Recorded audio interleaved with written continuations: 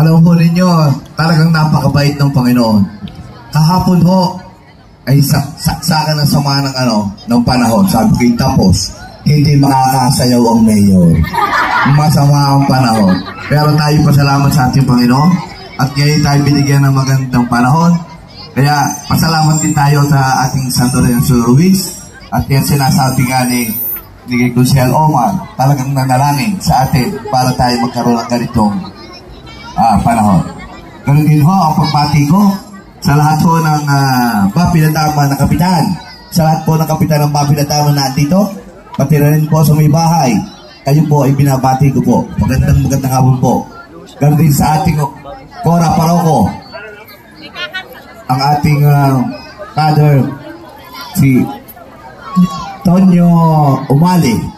Kaya ho, marami na ho pangalan ng Tony. Tonyo na lang sa akin, Tonyo Umali.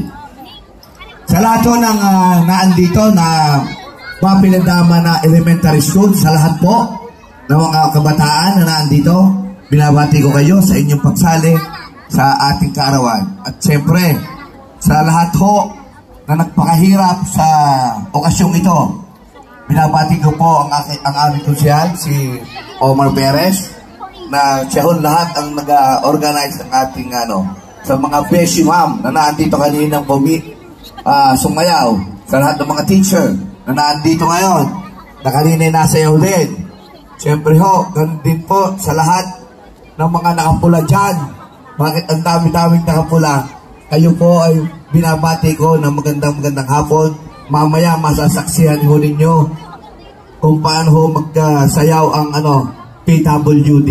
Kita ho ninyo, Mayor, PWD.